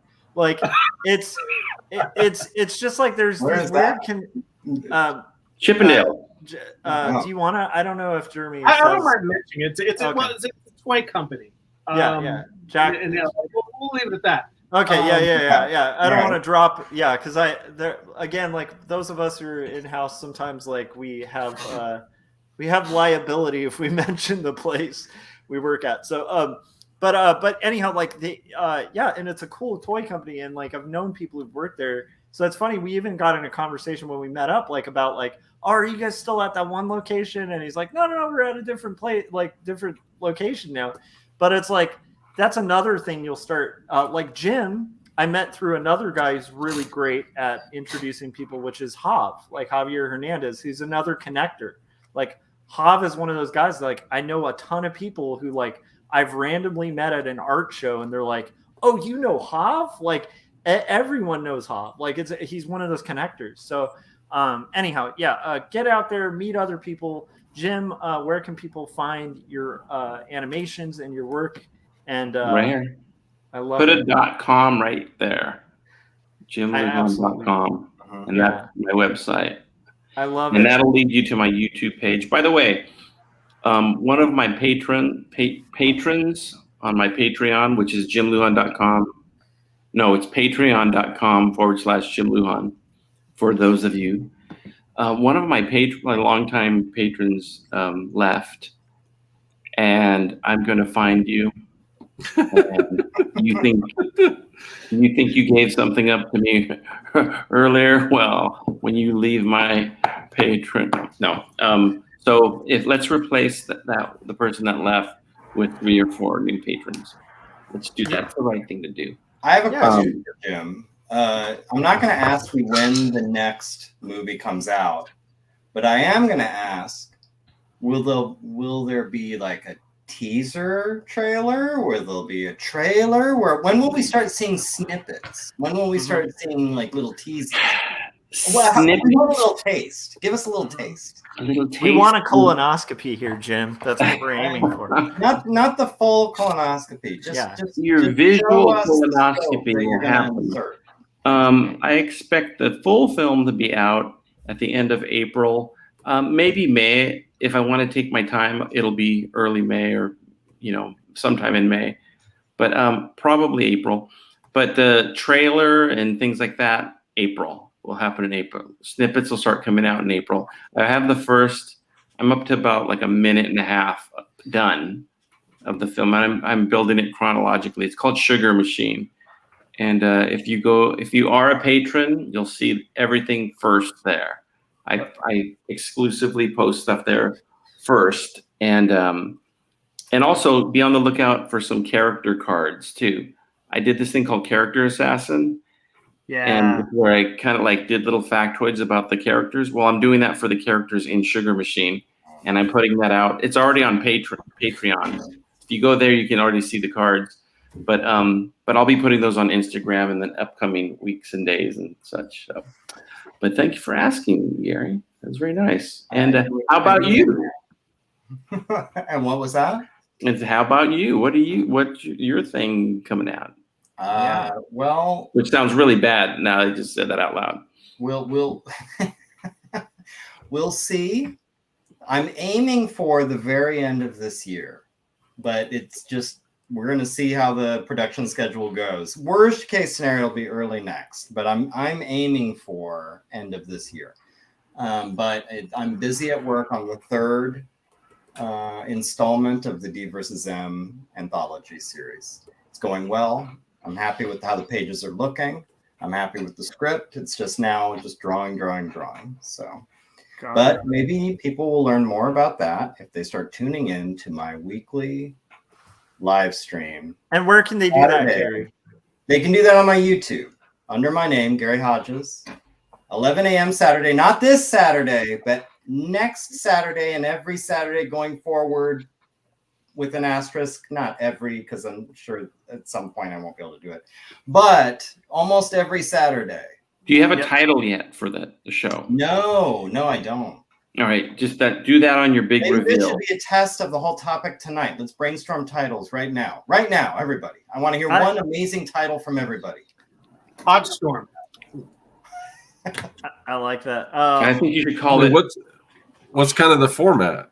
It's Is it just just going to be very similar to what Josh does. I'm just going to go on. I might have a topic in mind just in case, like no one shows up and I just need to monologue for a little bit.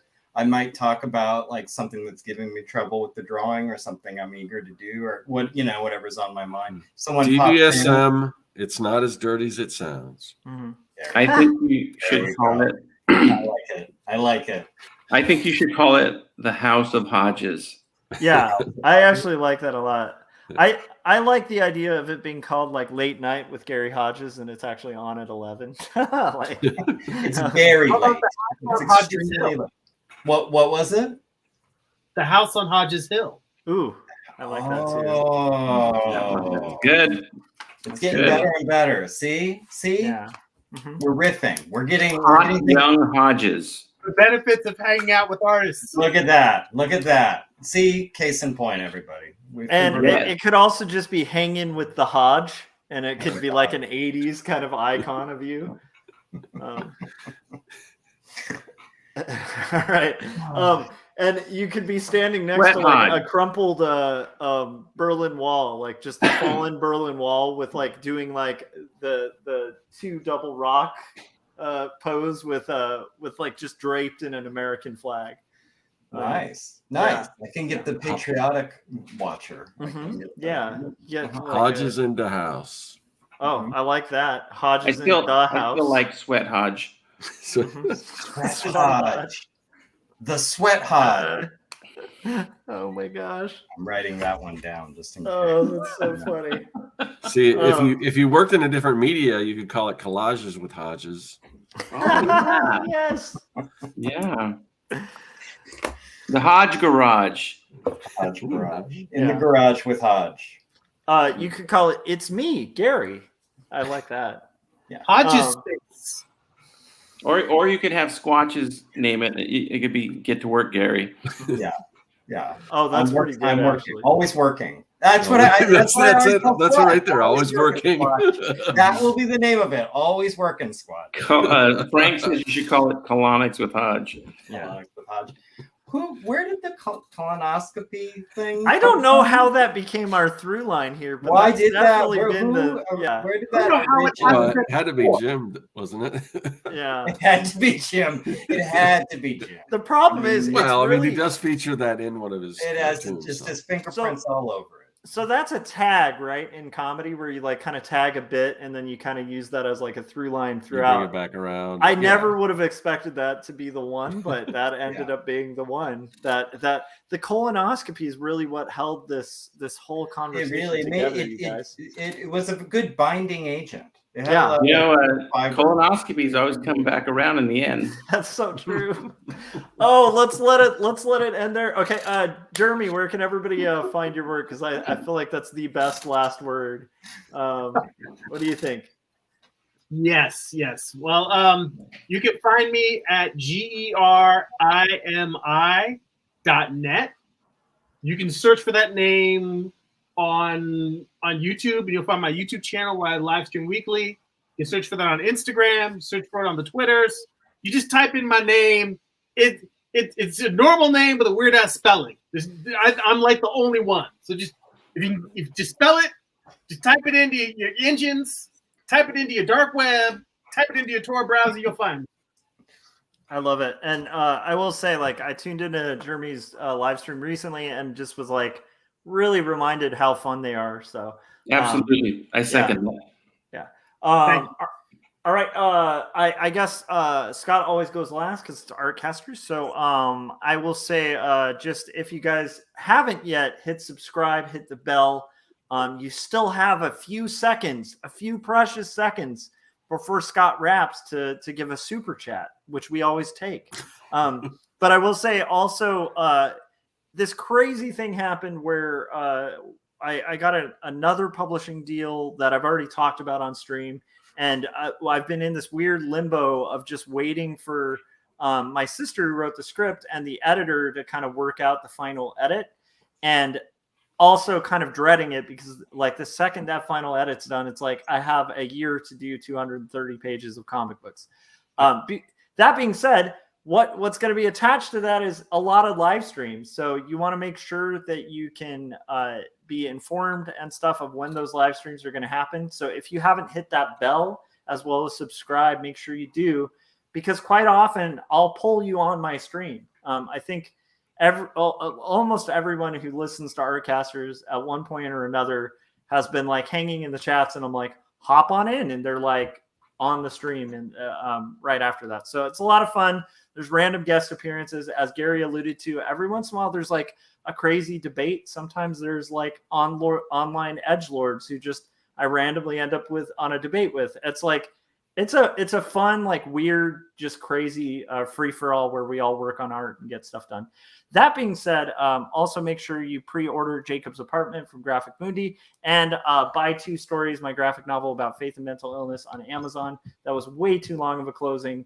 Scott, where can everybody find your work, and how do they keep track of this crazy Artcasters thing? Well, first, since we have everyone here, I think we need to have a little intervention. And for Josh, no more publishing deals. Yeah. I mean, it's a lot. It's a problem, Josh. It's a problem. Yeah. Reading. There's a healthy balance. Yeah. Like You guys, we all like getting published. I just need another, okay? It makes me feel whole. Last one. All right. Yeah. So you can find my stuff at circworks.com. I've got comic maker toolkits. I've got amazing comic book world builder. I've got the comic lettering masterclass, a bunch of tools for making comics. Or if you want to learn another way, you can go to my YouTube channel where you can find Making Comics 101. It's a series on how to make comics, everything from coming up with your idea all the way to printing, publishing, and every step in between. Definitely check that out. And this show that we do, the Artcasters, we do this show pretty much every single week, and we have a different guest on, and usually we're on a different channel, and could be a different day, could even be a different time. It just all depends. The easiest way to know where we're going to be, when we're going to go live, who the guest is, whose channel it's going to be on, that is to join our mailing list, which we've got back up and running once again. And we don't spam you or anything. We just send out a little notification about a half hour before we go live, just to let you know all of that information. So there is a link in the description of this video to join that. And we've got it on Substack. And on another note, I just sent out my Substack for my personal newsletter, and I'm really digging that. So I got a great response from Substack. So yeah, it's great. And it's something that it's a little more interactive. You can like and do all that stuff, and you can comment and so just join that mailing list. And we will see you next week. I think we'll be on Corey's channel, but there it is. All right, what lies inside, I wonder. And I hate to stretch this any longer, but I have like one last bit I kind of think we should do, which is like, is this a comic? Is this a comic that I found on your desk? Where did you learn about this? It's like, I learned it from you. Yeah, exactly. Sorry, I didn't mean to stop. That's cool. I learned it from watching you, Jim. I learned it from watching you. All right. Have a good night, guys. Take on positive habits that need interventions, and enjoy your colonoscopies. Goodbye, guys. And the sad thing is that you. What was that, Jeremy? I said, Dr. Frank in the chat. Thanks for thanks to everyone in the chat. Keep my wife's name out of your mouth.